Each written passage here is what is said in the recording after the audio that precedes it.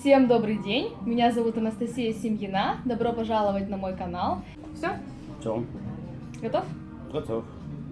Сегодня мой гость снова мой папа, Альберт Александрович Семьин. Папа, здравствуй. Мы сегодня поговорим на такую интересную тему, которую предложил один мой студент из Канады. Он попросил меня спросить у папы, как он чувствует жизнь в России и жизнь в СССР. Насколько есть какие-то различия, что лучше, если можно так сказать, где больше позитивных моментов, где больше негативных моментов. И об этом я сегодня расспрошу папу. Папа, скажи, в каком году ты родился? Давно. Ну, в каком? В 1936 году. Значит, большую часть жизни ты прожил Совершенно верно. в СССР. И ничуть об этом не жалею.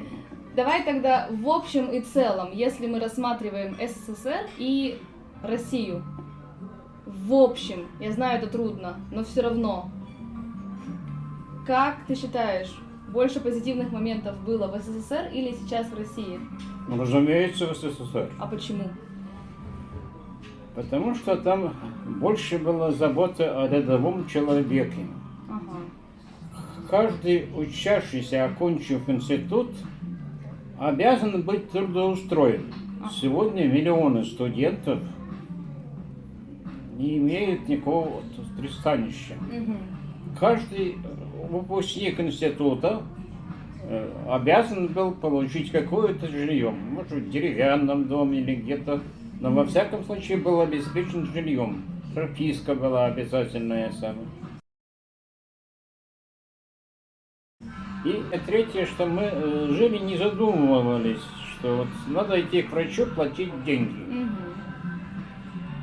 Я еще будучи студентом, например, в 1955 году ездил в санаторий в Сочи. Угу. Билет от Архангельска до Сочи стоил 1200 рублей. Сегодня несколько тысяч. Угу. То есть вот я сейчас уже в России живу после советской 25 лет с лишним, сам ни разу не был в санатории. Угу. Хотя, в принципе, как я инвалид, мне положено и организм требует самое. Так. У нас было движение «Дети войны». Вот я как раз принадлежу к этому поколению, и вот сейчас начинаю ощущать последствия войны. Дело даже не в том, что мы там голодали все. Угу. Раньше равенство людей было более заметным. И разница между богатыми и бедными такой огромной не было, как сегодня. Так. А в чем ты думаешь именно вот причина этого, что сейчас такая разница между бедными и богатыми? Подожди секунду. Ага. Это последствия нашего общественного строя. Я в качестве доказательства приведу высказывание космонавта, дважды Героя Советского Союза, Так. который несколько раз облетел Землю. Вечка. Он заявил, это опубликовано в газете «Аргументы и факты», что за годы перестройки люди стали злее и глупее. И это действительно так.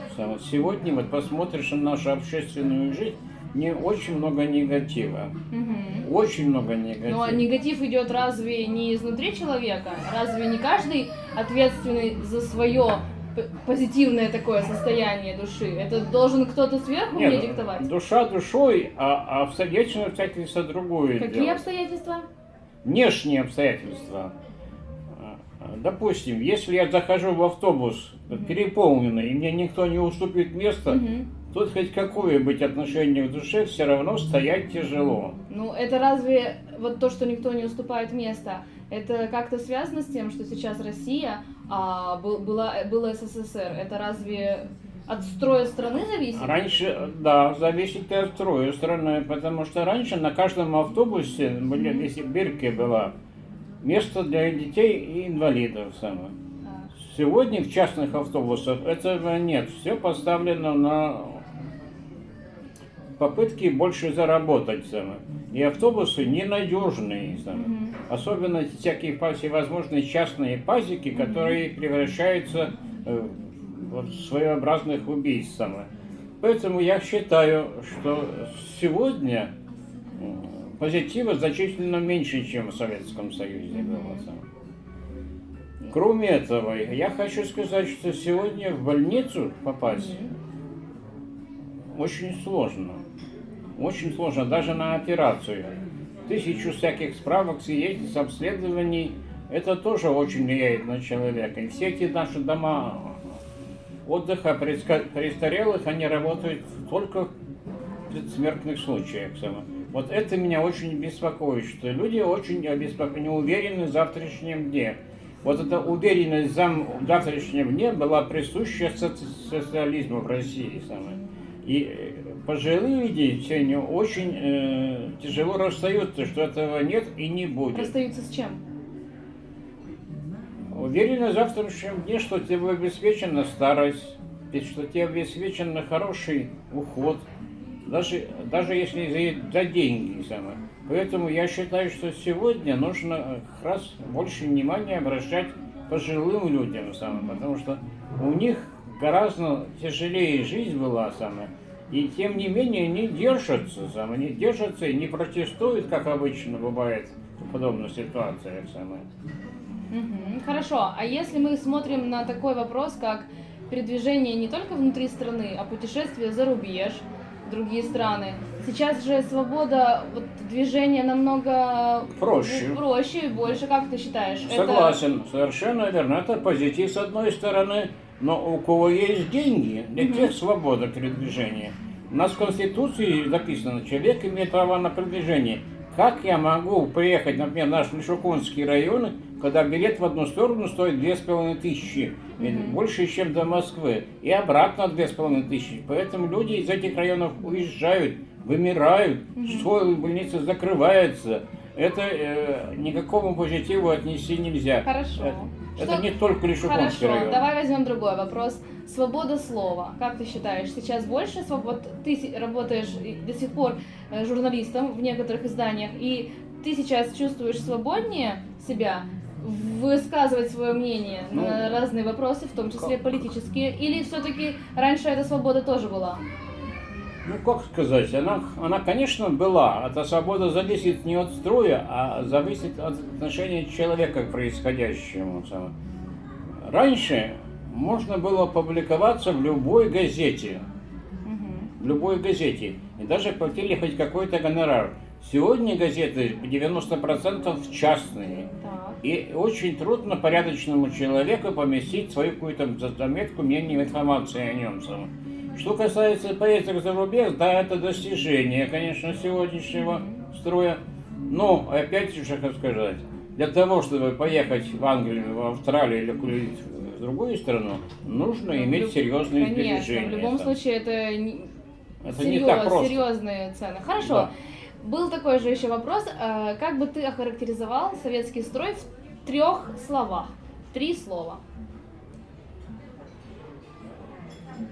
Это могут быть любые 3 слова, которые ассоциируются у тебя с Советским Союзом.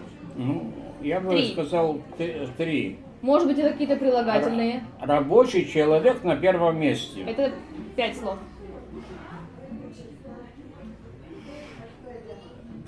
Хорошо, рабочий человек на первом месте. Ну, это 5 слов, но ничего.